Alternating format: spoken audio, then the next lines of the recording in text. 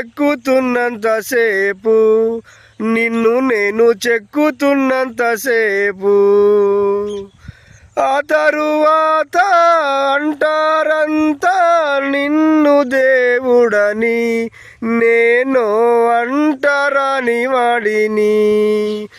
నీ గర్భగుడినే కట్టేటప్పుడు నేను పెద్ద మేస్తిరి, అది పూర్తయ్యాక లోనకొస్తా ఉంటే నన్ను బయటకి తోస్తివి.